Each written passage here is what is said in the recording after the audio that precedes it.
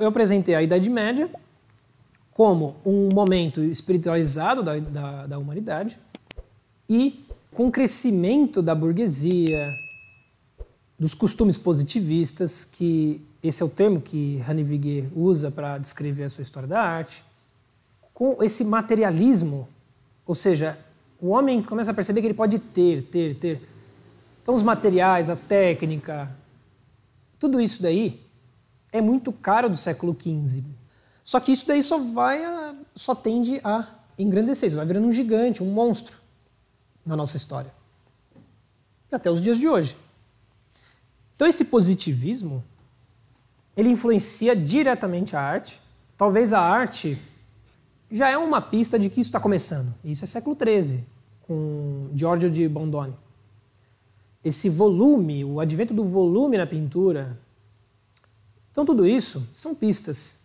Quando Dante Alighieri, na sua Divina Comédia, ele faz o seguinte, ele relata o inferno, o purgatório e o paraíso. Ele relata figuras da época dele e da história dentro de cada um dessas fases da nossa experiência. Né? Então são pessoas condenadas. Muitas dessas pessoas condenadas são papas, são padres. Mas por que Dante está fazendo isso na Idade Média? Então, aquilo que eu falei sobre Mal e Dúvida, que é o que o poeta Vigny, do Romantismo, fala no seu poema, em que diante das realidades o homem está suspenso no mal e na dúvida. Isso, na visão de René Viguier, consegue traduzir muito bem o sentimento do século XV, é porque o homem, no ápice do seu conhecimento, da técnica, do advento da técnica, ele se sente devedor. Porque ele percebe que a sociedade, de modo geral, está olhando e dando valor muito mais ao objeto, à superfície, aos particulares, e está perdendo de vista os essenciais. Quando o homem percebe isso, ele entra numa depressão muito profunda. Por isso que se chama esse outono. Agora, tudo bem, isso eu estou fazendo um retrospecto para poder introduzir na resposta do Felipe. Porque ele pergunta, tá, então o renascimento, né, qual é a pergunta dele? O renascimento já é uma perda dessa qualidade, dessa espiritualidade? Ou muitas vezes ele é visto como um ápice? Ele pode ser visto inclusive como a abertura do homem ao antropocentrismo. O homem deixou de ser aquele medieval imerso nas trevas, que pensa que tudo se justifica pela existência de Deus, e ele passa a perceber sua importância. Né? Isso daí é a interpretação positivista, tecnicista de um homem que pode, então, criar, desenvolver e resolver todos os seus problemas, independente de Deus. Então isso daí me faz lembrar que, quando eu apresentei a minha monografia da pós-graduação, que eu fiz em teologia, eu fui na banca, né? Na bancada ali, na verdade era um professor, numa salinha pequenininha, e eu ia apresentar para ele. Ele já tinha lido meu trabalho. Aí ele traça algumas considerações. Ele falou, olha, muito bem, legal, tal, né? Bom o seu trabalho, né? Eu acho que eu até tirei uma nota boa, não era uma nota ruim. A questão é o seguinte, é que ele me alertou sobre um problema. Ele falou, olha, a questão é que você só esqueceu, eu percebi que o seu trabalho eu não me lembro o título que eu dei, mas era mais ou menos assim, o materialismo do mundo moderno versus a espiritualidade da Idade Média e da Antiguidade. E ele falou que eu deveria, já que eu não citei nem no título e nem em nenhum momento do decorrer do trabalho, deveria ter citado os termos que academicamente definem.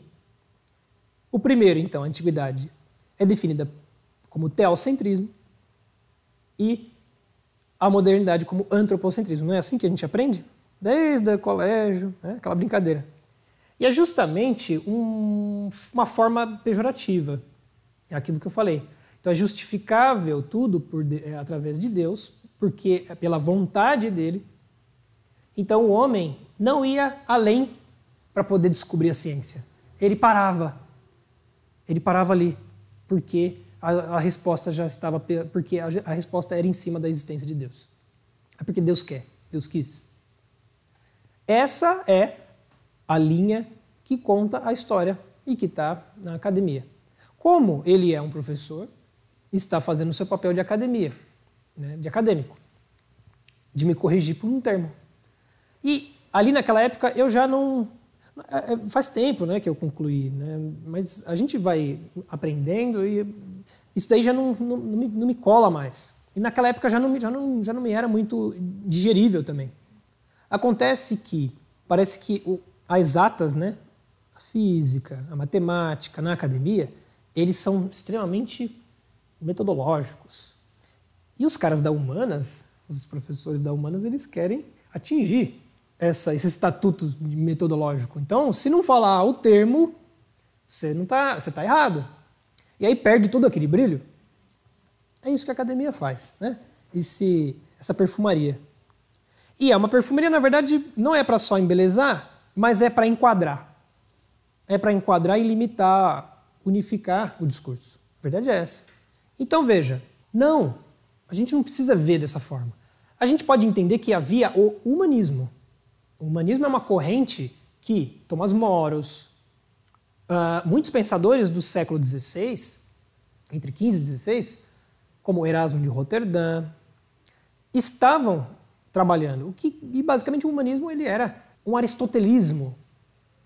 Como aqueles escritos foram descobertos, muitos escritos foram descobertos na alta Idade Média de Aristóteles, então começa a se perceber as possibilidades de fundamentar ciências. Basicamente isso. E esses primeiros homens que fazem isso são extremamente espiritualizados. Eles já não são, um Judas, né? Um cara, ou então simplesmente ele não funda uma religião por causa disso. Simplesmente havia uma corrente chamada humanismo. E aí essa corrente ela tem ali os seus quês, né? De puxar algumas coisas caras ao estoicismo. Não é tão platônico a sua fonte filosófica, mas mais aristotélica, porque predominantemente a Idade Média foi platônica. Lembra daquela distinção patrística e escolástica, né? Para a patrística estava mais Platão, para a escolástica estava mais Aristóteles. Entretanto, não havia todo o conhecimento sobre os textos de Aristóteles, mesmo em São Tomás de Aquino. São Tomás de Aquino, que faz essa síntese entre Aristóteles e o pensamento cristão, católico, ele, na verdade, não tinha nem a poética ainda em suas mãos. Ela foi traduzida depois. Bem, então, como que eu vejo isso? Respondendo à pergunta, eu vejo que todo ápice tem o seu anúncio de derrocada. Quando o homem acha a sua excelência, é imediatamente naquele ponto em que ele começa a decair. Quando ele percebe que ele pode tanto, ele também já começa a retroceder. Eu acho que isso a gente pode ver até na nossa existência, na nossa realidade, na nossa experiência, né, própria. A partir do momento que você talvez intensifique uma coisa demais, você acaba caindo em problemas, né? Se eu intensifico muito a técnica, a minha capacidade de criar, de desenvolver por mim mesmo, e aí eu vou desespiritualizar a minha vida, eu vou ter um problema. Foi isso que aconteceu com o homem, né? Nesse decorrer do tempo. Isso não aconteceu de 1500 para cá, assim, datado. Isso é ridículo, por isso que eu pego aquela linha do tempo, para a gente ver que isso está sendo construído, mas desde o século XIII, pelo menos, com mais força, né? Isso é importante a gente pensar. Foram mais de 300 anos para construir o Renascimento. É isso que eu gostaria que vocês pensassem. E que, portanto, o Renascimento, ele não é o começo de uma nova época. Ele é o melhor acabamento, ele é a melhor realização da Idade Média. Porque realmente o homem conseguiu conciliar no Renascimento a ordem do sensível e a ordem do inteligível.